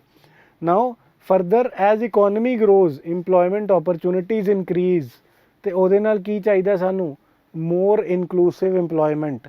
ਜੇ ਓਪਰਚੁਨਿਟੀ ਇਨਕਰੀਜ਼ ਹੋ ਰਹੀ ਹੈ, ਤੁਸੀਂ ਓਪਰਚੁਨਿਟੀ ਛੱਡ ਰਹੇ ਹੋ, ਜੇ ਤੁਸੀਂ PCS ਭਰਿਆ ਹੋਇਆ ਤਾਂ ਤੁਸੀਂ ਫੋਕਸ ਦੇ ਨਾਲ ਨਹੀਂ ਦੇਖ ਰਹੇ ਹੋ, that is a tragedy. So please focus. Woman the participation ਦਾ ਕੀ ਫਾਇਦਾ, ਡਾਇਵਰਸਿਟੀ ਵੱਧ ਰਹੀ ਹੈ ਅਤੇ ਇਨਕਲੂਸਿਵ ਇੰਪਲੋਇਮੈਂਟ ਦੇ ਨਾਲ ਇਕਨੋਮਿਕ ਓਪਰਚੁਨਿਟੀਜ਼ ਨੂੰ ਵਧੀਆ ਯੂਟੀਲਾਈਜ਼ ਕੀਤਾ ਜਾ ਰਿਹਾ ਹੈ, right. So going further, social or other barriers to women entry in labor force could slow the process of increased employment. Ki barrier ਹੈ, ਸੋਸ਼ਲ ਬੈਰੀਅਰਸ ਹੈ majorly. Such social barriers also reflect in sex determination at birth. Gender discrimination, sex determination is still very prevalent in our state. That is very unfortunate, right? Sex ratio has improved, but still it is below the national level. It rose from 837 to 886. ਆਪਣੀ growth ਵਧੀਆ, improvement ਵਧੀਆ ਹੋਈ ਹੈ, but ਹਲੇ ਵੀ ਆਪਾਂ ਪਿੱਛੇ ਹਾਂ, ਅਤੇ ਆਪਾਂ ਵੂਮੈਨ ਦੇ ਲਈ ਹੋਰ ਜ਼ਿਆਦਾ ਕੰਮ ਕਰਨੇ ਨੇ, right. So migration trends in Punjab, what are the migration trends? We know that there is lot of in migration to Punjab from other states for both men and women, but you will be surprised to know one thing, that majority of these migrants were females. 100 ਚ 55 ਜਿਹੜੇ migrants ਨੇ, in migrants ਨੇ, 55% the in migrants are, those are coming into Punjab are females. And reasons for male and female coming are different. Majorly the males come for economic opportunity or seeking jobs. The females majorly, as the survey says, the reason is migration is for marital purposes, for marital purposes. Females majorly migrate to Punjab for marital purposes. So majority, I am surprised as well that ਆਪਾਂ ਸਾਰੇ ਕਿੰਨੇ ਸਾਰੇ ਲੋਕ ਬਾਹਰਲੀ status ਤੋਂ females ਵਿਆਹ ਕੇ ਲਿਆ ਰਹੇ ਨੇ। This is what the survey says. So migration, ਮੇਰਾ ਇਹ ਸਵਾਲ ਮਖੌਲ ਕਰਨਾ ਨਹੀਂ ਹੈ, ਮੇਰਾ ਤੁਹਾਨੂੰ ਯਾਦ ਕਰਾਉਣਾ, ਜੇ ਸਵਾਲ ਆ ਜੇ ਮਾਈਗ੍ਰੈਂਟਸ ਦੇ ਵਿੱਚ ਜ਼ਿਆਦਾ ਕਿਹਦੀ ਪ੍ਰਪੋਰਸ਼ਨ ਹੈ, ਡੈਫੀਨੇਟਲੀ ਬੰਦਾ ਜੇ ਗੈਸ ਕਰਨ ਲੱਗਿਆ ਤਾਂ ਮੇਲਸ ਕਰੂਗਾ, ਬਟ ਫੀਮੇਲਸ ਹੈ ਦੇਖੋ, right. And most of the in migrants come to where, Ludhiana and Mohali, SAS Nagar, SAS Nagar, some people say that, right. So Ludhiana and Mohali ਕਿਉਂ, ਆਪਾਂ ਪਰ ਕੈਪੀਟਾ ਇਨਕਮ ਦੇਖੀ ਸੀਗੀ ਨਾ, economic activity. then the leading reason for in migration we have done marital for women and work and employment for men and diaspora। ਜੀ ਕਿੱਥੇ ਜਾਣਾ, ਤੁਸੀਂ ਦੱਸੋ ਕਿੱਥੇ ਜਾਣਾ, ਕੈਨੇਡਾ ਚੱਲੀਏ, ਕੈਨੇਡਾ ਨੂੰ ਆਪਾਂ ਦੂਜਾ ਪੰਜਾਬ ਬਣਾ ਲਿਆ। ਸੋ ਡਾਇਸਪੋਰਾ ਪੰਜਾਬੀਆਂ ਦਾ ਸਾਰਾ ਉੱਥੇ ਇਕੱਠਾ ਹੋ ਗਿਆ। ਕਿਉਂ ਜਾ ਰਹੇ ਨੇ ਜੀ, ਇਹਦੇ 'ਚ ਸਵਾਲ ਕੀ ਆ ਸਕਦਾ, ਕੁਛ ਪੁਸ਼ ਫੈਕਟਰ ਨੇ, ਕੁਛ ਪੁੱਲ ਫੈਕਟਰ ਨੇ। ਪੁਸ਼ ਫੈਕਟਰ ਦਾ ਕੀ ਮਤਲਬ ਹੋਇਆ ਕਿ ਪੰਜਾਬ 'ਚ ਕੁਛ ਇੱਦਾਂ ਦੇ ਰੀਜ਼ਨ ਜਿਹੜੇ ਬੰਦੇ ਨੂੰ ਕਹਿੰਦੇ ਚੱਲ ਯਾਰ ਬਾਹਰ ਚੱਲ, ਪੁਸ਼ ਕਰਦੇ ਨੇ। ਪੁੱਲ ਫੈਕਟਰ ਜਿੱਦਾਂ ਉੱਦਾਂ ਦੀ ਉੱਧਰ ਦੀ ਕੈਨੇਡਾ ਦੀ ਜਾਂ US ਦੀ ਅਟਰੈਕਸ਼ਨ, ਕਿ ਉੱਥੇ ਬੈਟਰ ਲਿਵਿੰਗ ਸਟੈਂਡਰਡ ਹੈ, ਮੋਰ ਲੈਟਸ ਸੇ ਲਿਬਰਟੀ ਹੈ, ਉਹ ਆਪਾਂ ਸੋਚ ਕੇ ਬਾਹਰ ਪੁੱਲ ਹੁੰਦੇ ਨੇ। ਤੇ ਪੁਸ਼ ਕੀ ਕਰਦਾ ਹੈ ਜੀ, what are the push factors, lack of employment over here, ਕਿ ਇੱਥੇ ਨੌਕਰੀ ਨਹੀਂ ਮਿਲ ਰਹੀ, ਮੈਂ ਕੀ ਕਰਾਂ। ਤੇ ਕੋਈ ਗੱਲ ਨਹੀਂ ਯਾਰ, ਉੱਧਰ ਜਾ ਕੇ ਕਿਹੜਾ ਮਿਲ ਜਾਣੀ ਹੈ, ਚਲੋ ਤੁਹਾਡੀ ਮਰਜ਼ੀ ਹੈ। But aspirations and qualifications, that with our aspiration we need a better car, we need a better life, we need better schemes. So we are pushed away from Punjab because of what? Majorly the lack of employment opportunities and somehow the other push factors like better, let's say, lack of governance also. And we expect, the pull factor is we expect better governance, push factor is which pushes us out of the state, right. Then social security schemes ਜੀ, old age pension scheme ਹੈ, ਕਈ ਵਾਰੀ amount ਪੁੱਛ ਲੈਂਦੇ ਯਾਰ, ਬਸ ਧਿਆਨ ਰੱਖਿਓ 1200 ਹੈ, 12 ਲੱਖ ਕਰੋੜ ਨਹੀਂ ਹੈ, ਇੰਨਾ ਕੁ ਧਿਆਨ ਰੱਖਣਾ। Then Indira Gandhi national old age pension scheme, ਇਹਦਾ 54 ਕਰੋੜ ਹੈ, 5,40,000 ਕਰੋੜ ਨਹੀਂ ਹੈ, ਬਿਕੋਜ਼ ਉਹਨਾਂ ਨੇ ਜ਼ੀਰੋਆਂ ਦੇ ਨਾਲ ਖੇਡਣਾ, 54 ਦਾ 53 ਨਹੀਂ ਕਰਦੇ hopefully, right. Then old age person ਦਾ international day for older persons ਕਦ ਮਨਾਇਆ ਗਿਆ ਜੀ, ਇਹ ਧਿਆਨ ਰੱਖ ਲਿਓ, ਕਈ ਵਾਰੀ PPSC ਪੁੱਛ ਲੈਂਦੇ, PCS ਐਗਜ਼ਾਮ 'ਚ ਪੁੱਛ ਲੈਂਦੇ ਨੇ, 1 ਅਕਤੂਬਰ ਨੂੰ ਮਨਾਇਆ ਗਿਆ, ਰਾਈਟ। ਐਂਡ ਕਿਉਂ ਮਨਾਇਆ ਗਿਆ ਜੀ, ਬਿਕੋਜ਼ ਇਸੇ ਦਿਨ UN ਜਨਰਲ ਅਸੈਂਬਲੀ ਨੇ ਰੈਜ਼ੋਲੂਸ਼ਨ ਲਿਆ ਸੀ ਇਨ 1990 ਫॉर ਐਲਡਰਲੀ, ਦਸੰਬਰ 'ਚ ਲਿਆ ਸੀ ਸੌਰੀ, ਰਾਈਟ। ਐਂਡ UN ਨੇ ਸੈਲੀਬ੍ਰੇਟ ਕਰਨਾ ਸਟਾਰਟ ਕੀਤਾ ਤੇ ਆਪਾਂ ਵੀ ਕਰ ਰਹੇ ਨੇ। Then integrated child development services scheme, last year ਸਵਾਲ ਆਏ ਇਹਦੇ ਤੇ, ਇਸ ਲਈ ਇੱਥੇ ਹੈਗੀ ਹੈ ICDS। So what is this, ਲੌਂਚਡ ਇਨ 1975, ਕਈ ਵਾਰੀ ਕਹਿ ਦਿੰਦੇ 18 'ਚ ਹੋਈ, ਬਟ ਨਹੀਂ ਜੀ, ਕਾਫੀ ਪੁਰਾਣੀ ਹੈ। ਹੋਲਿਸਟਿਕ ਅਪਰੋਚ 'ਤੇ ਏਮ ਕਰਦੀ ਹੈ to provide integrated services for the overall development of the child, right. ਇਹ ਧਿਆਨ ਰੱਖਿਓ ਵੀ 1975 ਦੀ ਹੈ, ਹੁਣੇ ਨਹੀਂ ਆਈ, ਰਾਈਟ। ਸੋ ਗੋਇੰਗ ਫਰਦਰ ਜੀ, facilities to senior citizens, senior citizens ਨੂੰ ਕੀ ਫੈਸਿਲਿਟੀਜ਼ ਨੇ ਜੀ, ID ਕਾਰਡਸ ਇਸ਼ੂ ਕੀਤੇ ਜਾਂਦੇ 60 ਤੋਂ ਅਬਵ ਨਾਲ, 3 ਸੀਟਸ ਪਰ ਬੱਸ ਰਿਜ਼ਰਵ ਕੀਤੀਆਂ ਜਾਂਦੀਆਂ ਪੰਜਾਬ ਰੋਡਵੇਜ਼ ਐਂਡ PRTC 'ਚ। ਦੈਨ ਸੈਪਰੇਟ ਕਿਊਜ਼ ਲੱਗਦੇ ਨੇ, ਸਾਨੂੰ ਪਤਾ ਹੈ, separate ਕਿਊਜ਼ in OPDs of hospitals ਲੱਗਦੇ ਨੇ, ਐਂਡ ਦੇਰ R other benefits as well. One more new act ਯਾਰ, ਪਿਛਲੀ ਵਾਰ ਨਿਊ ਐਕਟ 'ਤੇ ਆਇਆ ਸੀਗਾ ਤਾਂ ਇਸ ਵਾਰੀ ਆ ਸਕਦਾ, Punjab financial assistance to acid victims. So please remember this, effective since June 2017, this act, the main objective of the scheme is to provide assistance to females who due to attack have been rendered disabled। ਕਿਹੜੇ attack ਦੇ victims ਨੂੰ compensation ਦੇ ਰਹੇ ਹੈ, financial assistance ਦੇ ਰਹੇ ਹੈ। Very unfortunately acid attack victim ਜਿਹੜੇ ਵੈਰੀ ਅਨਫੋਰਚੂਨੇਟ ਹੁੰਦੇ ਨੇ ਉਹਨਾਂ ਨੂੰ ਦੇ ਰਹੇ ਨੇ। And should be a resident of Punjab, ਇਹ ਕੰਡੀਸ਼ਨ ਆ ਜਾਂਦੀ ਆਪਸ਼ਨਸ 'ਚ। ਕਦ ਮਿਲੇਗੀ ਜੀ, if the victim is resident of Punjab, resident ਹੋਣਾ ਚਾਹੀਦਾ ਹੈ, ਰਾਈਟ, ਪੰਜਾਬ ਦਾ। ਐਂਡ ਕਿੰਨਾ ਮਿਲੂਗਾ ਜੀ, 8,000 ਪਰ ਮੰਥ, ਕਿ ਐਟਲੀਸਟ ਯਾਰ ਤੁਸੀਂ ਇੰਨੇ ਅਨਫੋਰਚੂਨੇਟ ਇੰਸੀਡੈਂਟ 'ਤੇ ਬੀਤ ਕੇ ਗਏ ਹੋ, ਐਟਲੀਸਟ ਤੁਹਾਨੂੰ ਇਕਨੋਮਿਕ ਹੈਲਪ ਅਸਿਸਟੈਂਟ ਸਟੇਟ ਕਰ ਸਕੇ, ਬਿਕੋਜ਼ ਆਪਾਂ ਵੈਲਫੇਅਰ ਸਟੇਟ ਹੈ। ਤਾਂ ਐਸਿਡ ਵਿਕਟਮ ਜਿਹੜਾ ਪੰਜਾਬ ਦਾ ਰੈਜ਼ੀਡੈਂਟ ਹੈ ਉਹਨੂੰ 8,000 ਰੁਪਏ ਮਹੀਨਾ ਮਿਲਣਾ, right. So employment and unemployment trends, ਯਾਰ ਉਹੀ ਗੱਲ ਹੈ, ਮੇਜਰ ਜਿਹੜੀ ਗੱਲ ਸੀਗੀ, ਨੈਸ਼ਨਲ ਲੈਵਲ ਐਂਡ ਪੰਜਾਬ ਦੇ ਅਨਇੰਪਲੋਇਮੈਂਟ ਰੇਟ ਹਾਇਰ ਨੇ। ਐਂਡ ਕੀ ਪ੍ਰੋਬਲਮ ਹੈ ਜੀ, ਪੰਜਾਬ 'ਚ ਆਪਾਂ ਦੇਖੀਏ ਤਾਂ ਫੀਮੇਲਸ 'ਚ ਜ਼ਿਆਦਾ ਡਿਸਪੈਰਿਟੀ ਹੈ, ਫੀਮੇਲਸ ਦਾ ਲੋਅਰ LFPR ਐਂਡ WPR ਹੈ, and unemployment rates are significantly higher than that observed for males. Employment trends ਦਾ ਇੱਕ ਹੋਰ ਗੱਲ ਜੀ, have been relatively better in urban areas as compared to rural areas। Urban areas 'ਚ employment better ਹੈ ਅਤੇ rural 'ਚ ਥੋੜ੍ਹਾ ਜਿਹਾ ਉਦੋਂ ਕੰਪੈਰੇਟਿਵਲੀ ਘੱਟ ਹੈ। ਦੈਨ ਫੀਮੇਲਸ ਦੀ ਮੇਜਰ ਪ੍ਰੋਬਲਮ ਹੈ, ਇਹ ਜ਼ਰੂਰ ਧਿਆਨ ਰੱਖਿਓ, ਰਾਈਟ। ਗੋਇੰਗ ਫਰਦਰ ਜੀ, sectoral distribution of workforce, agriculture and allied sector 'ਚ ਆਪਾਂ ਗੱਲ ਕਰ ਚੁੱਕੇ ਨੇ ਕਿ 26% livelihood distribution, 28% contribution. So all those are repeated over here, please PDF 'ਚ ਮਾਰਕ ਕਰ ਲਿਓ, ਰਾਈਟ। then composition of workers in Punjab differs significantly from national trends। ਆਹ ਦੇਖੋ ਜੀ, ਨੇਸ਼ਨ ਪੀਲੇ ਵਾਲਾ ਤੇ ਔਰੇਂਜ ਵਾਲਾ ਪੰਜਾਬ। ਅਬਾਊਟ ਲਾਈਵਲੀਹੁੱਡ ਟ੍ਰੈਂਡ ਕਿੰਨਾ 26%, ਇੱਧਰ ਕਿੰਨਾ ਸੀਗਾ 44। So all of these are different considerably from national trends। is it better or worse? We said in Punjab it is more balanced than the national trend, right, because of a better performing agriculture sector. Going further ji, informal employment forms the majority of the workers. किन्ने जी? Nearly 53%. Nearly 53%, or we can say the majority of the workers are informal in nature, not informal employment में है. That means what? They are working on contracts, they are not part of the EPF system. So all those things. ਇਹ national trend ਵੀ इदां ਦਾ ਹੀ है. So going further जी, youth unemployment ਜਿਹੜਾ ਬਹੁਤ बड़ा मुद्दा है कि बेरोज़गार यूथ है ਤਾਂ ਹੀ ਕਰਕੇ ਕੈਨੇਡਾ ਭੱਜਣਾ ਪੈ ਰਿਹਾ, ਰਾਈਟ. ਸੋ ਕੀ ਚੱਕਰ ਹੈ ਜੀ ਇੱਧਰ? Unemployment among youth 15 to 29 years is a growing concern. ਜਿਹੜਾ ਆਪਾਂ ਦੇਖਿਆ ਕਿ ਪ੍ਰਪੋਰਸ਼ਨ ਵੀ ਜ਼ਿਆਦਾ ਤਾਂ ਅਨਇੰਪਲੋਇਮੈਂਟ ਵੀ ਵੱਧ ਰਿਹਾ. ਸੋ ਕੀ ਪ੍ਰੋਬਲਮ ਹੈ ਕਿ in comparison the youth employment rate at national level is 17.8%, at Punjab is 21. ਇਹ ਪ੍ਰੋਬਲਮ ਹੈ ਜੀ. 21.6%, 21.6% ਅਨਇੰਪਲੋਇਮੈਂਟ ਰੇਟ ਹੈ ਯੂਥ 'ਚ, ਜਿੱਥੇ ਨੈਸ਼ਨਲ ਲੈਵਲ 'ਤੇ 17.8% ਹੈ. ਤਾਂ ਇਹਦੇ ਲਈ ਸਰਕਾਰ ਕੀ ਕਰ ਰਹੀ ਹੈ? ਸਕਿੱਲ ਟ੍ਰੇਨਿੰਗ ਸੈਂਟਰਸ ਖੋਲ ਰਹੀ ਹੈ ਜੀ. ਇੱਕ ਇਹ ਯੋਜਨਾ ਆ ਸਕਦੀ, ਆਪਣੀ ਗੱਡੀ ਆਪਣਾ ਰੋਜ਼ਗਾਰ ਯੋਜਨਾ.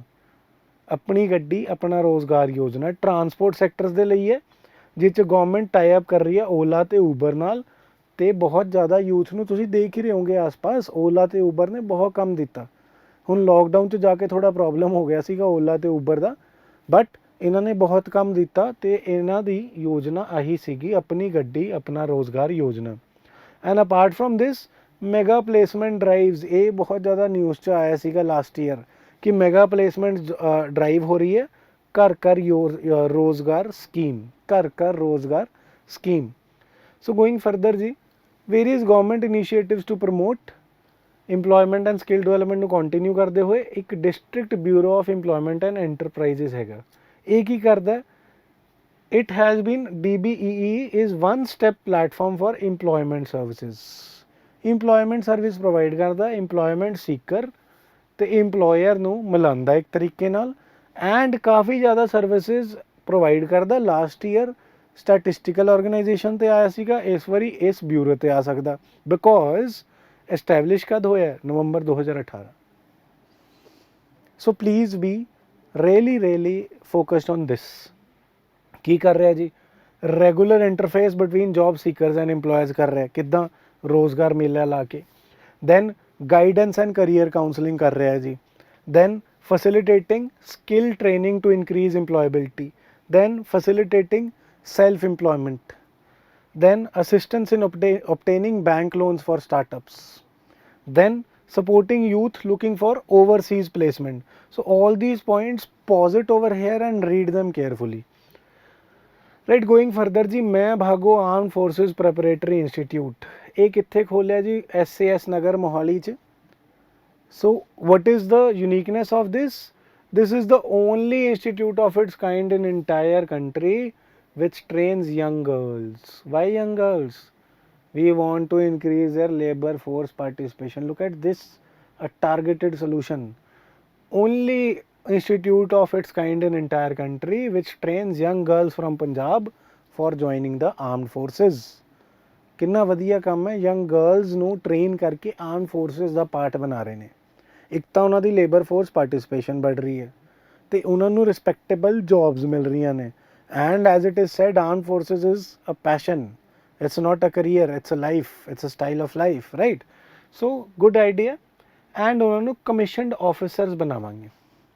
Great idea. Please remember ਕਿੱਥੇ ਹੈਗਾ Mai Bhago armed forces preparatory institute? SAS Nagar. ਕਿਹਦੇ ਲਈ? Majorly one of its kind, girls in army and commissioned officers. Then Center for Training and Employment of Punjab Youth ਕਿੱਥੇ ਬਣਿਆ ਜੀ ਇਹ? Established on August 1990, is a unique organization which is engaged in inculcating self-discipline, spirit of national integration, secularism, rather than seeking employment alone.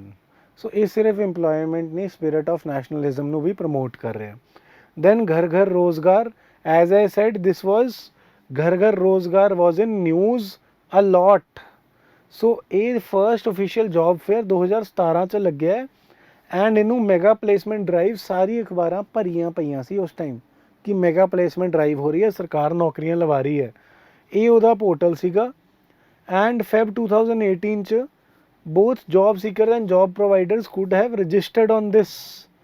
Employers could seek potential candidates as per their eligibility and requirement. So mega job fair बहुत ज़्यादा news च रहा, घर घर रोज़गार योजना please याद रखना. दैन अपनी गड्डी अपना रोज़गार ਇਹਦੀ डिटेल्स ਦਿੱਤੀਆਂ ਹੋਈ ਜਿਹਦੀ ਆਪਾਂ ਗੱਲ ਕਰ ਚੁੱਕੇ ਹਾਂ, ਬਿਕੋਜ਼ ਓਲਾ ਤੇ ਊਬਰ ਵਾਲੀ ਗੱਲ ਕੀਤੀ ਸੀ ਆਪਾਂ. Then Punjab skill development mission ਜੀ, under the Punjab skill development mission ਕੀ ਕਰ ਰਹੇ ਆਪਾਂ?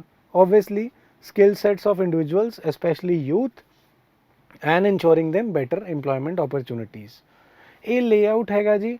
ਡਿਟੇल्स of achievement, we should just know the name of the schemes. Deen Dayal Upadhyay ग्रामीण कौशल्या योजना, नेशनल अर्बन लाइवलीहुड मिशन, प्रधान मंत्री कौशल विकास योजना. ਇਹਦੇ ਨਾਲ ਤੁਸੀਂ ਪਲੀਜ਼ ਮਿਨਿਸਟਰੀਆਂ ਲਿਖ ਲਿਓ ਵੀ ਕਿਹੜੀ ਕਿਹੜੀ ਮਿਨਿਸਟਰੀ ਅੰਡਰ ਹੈ. ਜੇ ਨਾ ਪਤਾ ਲੱਗੇ ਅਗੈਨ doubt in the comment or answer in the comment. Please keep focused. So going further ji, now coming to the questions.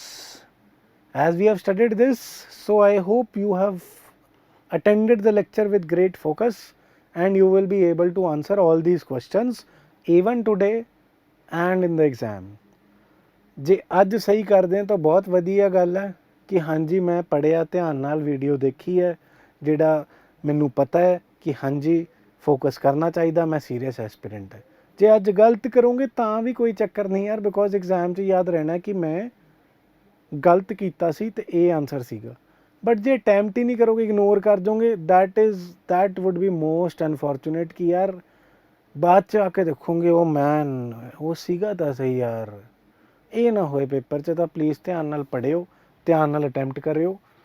So first question is, which among the following has maximum share in GSV of Punjab in 2018-19?